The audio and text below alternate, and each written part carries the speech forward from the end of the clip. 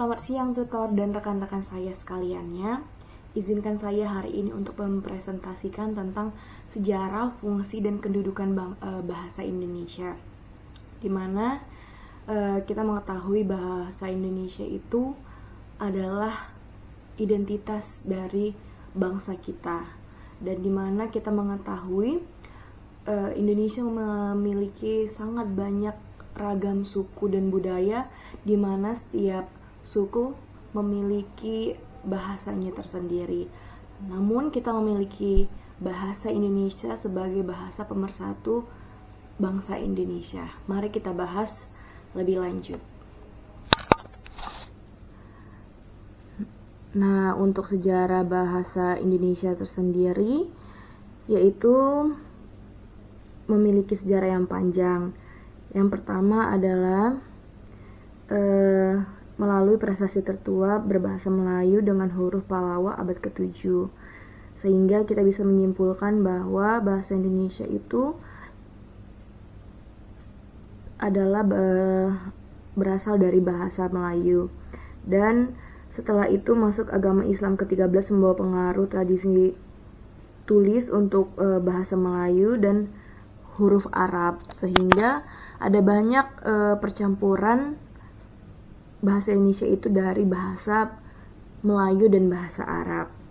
Dan yang kedua adalah Sumpah Pemuda 1928, di mana sebelum adanya Sumpah Pemuda 1928, Indonesia itu sudah sangat lama dijajah oleh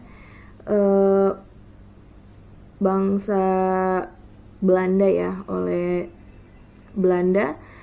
Dan kemudian pemuda-pemuda Indonesia bersatu menyepakati Sumpah Pemuda yang mengubah nama bahasa Melayu menjadi bahasa Indonesia, yaitu bahasa persatuan kita, dan mencetuskannya sebagai bahasa persatuan. Dan kemudian di tahun 1945 saat Indonesia merdeka, setelah Indonesia merdeka, bahasa Indonesia ditetapkan dalam Undang-Undang 1945 sebagai bahasa negara Indonesia, sebagai bahasa pemersatu, yaitu bangsa nasional kita ya, di pasal 36.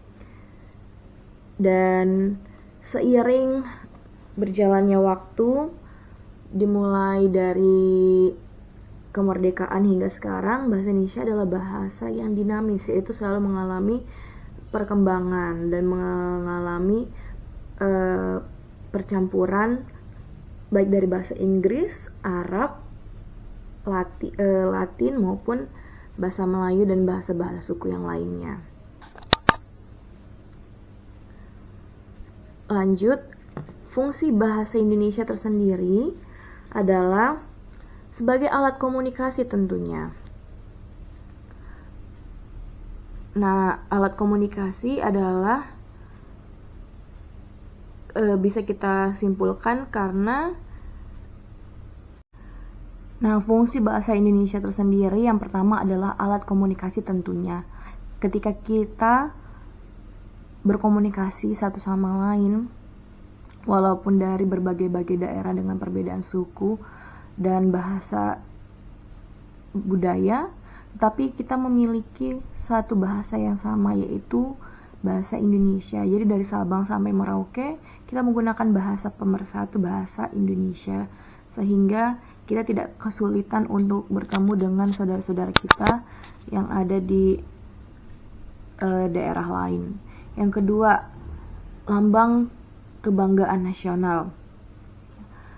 Bahasa Indonesia sendiri adalah lambang bangsa Indonesia dan merupakan identitas dari bangsa Indonesia, layaknya bendera merah putih dan lambang Garuda.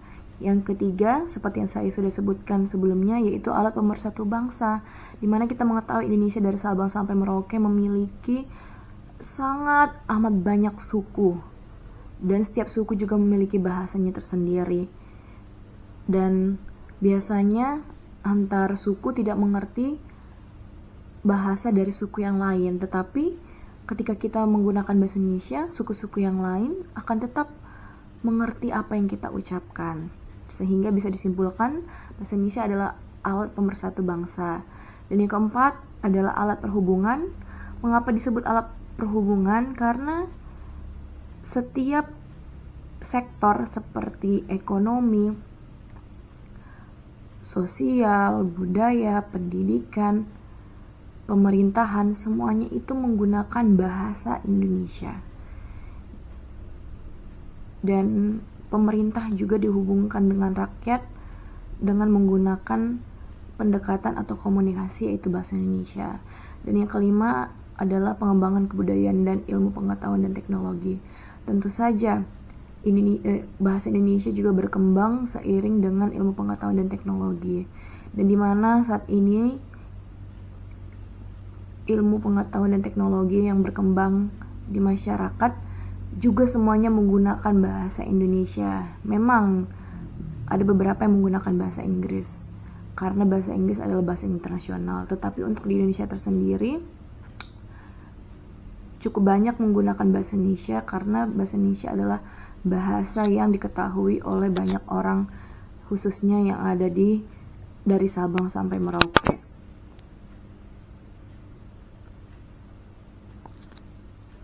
Kedudukan bahasa Indonesia sendiri, yang pertama adalah bahasa nasional.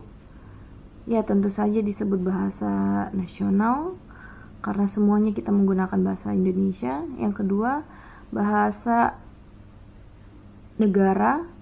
Kenapa disebut bahasa negara? Karena berbagai aspek seperti pendidikan, pemerintahan, dan politik tentunya semuanya menggunakan bahasa Indonesia. Dan yang terakhir adalah ragam bahasa Indonesia. Nah, ragam bahasa Indonesia tersendiri terbagi-bagi, yaitu pertama menurut golongan penutur.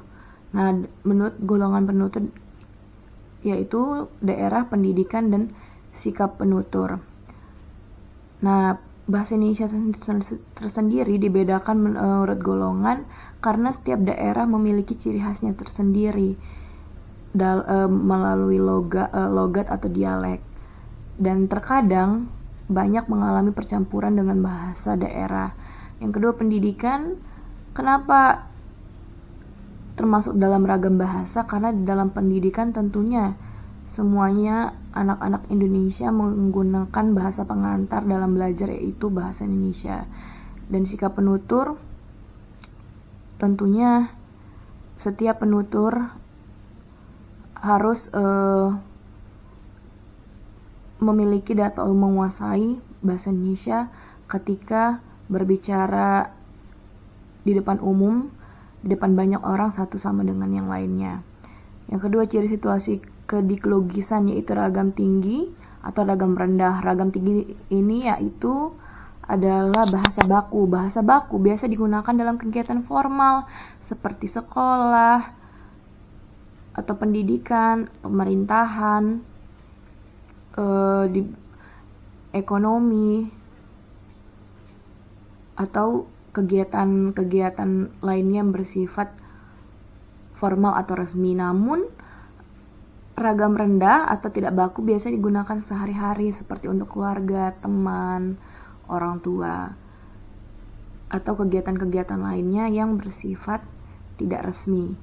Nah, yang ketiga, menurut sarananya ragam bahasa terbagi menjadi lisan maupun tulisan, dimana ketika kita berbicara melalui lisan, yaitu kita mengucapkan kata-kata melalui mulut atau suara, dan tulisan adalah melalui simbol-simbol yang kita tulis pada sebuah kertas ataupun sebuah bidang yang kita tuliskan sebuah simbol-simbol.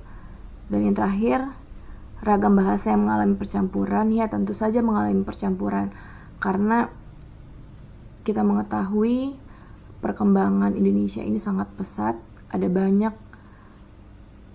budaya-budaya luar yang masuk, sehingga bahasa Indonesia mengalami percampuran dengan budaya luar, tentunya dengan kultur-kultur luar yang tentunya sebelumnya Indonesia belum memiliki bahasa aslinya, dan kemudian bercampur dengan bahasa luar.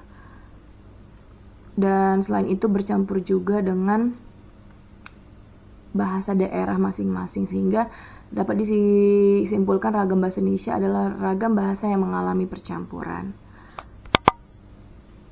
Terima kasih untuk teman-teman dan tutor yang sudah mendengarkan presentasi saya. Mohon maaf bila dari presentasi saya terdapat banyak kesalahan kata ataupun penjelasan saya yang kurang jelas dan kurang dimengerti oleh teman-teman dan tutor sekalian.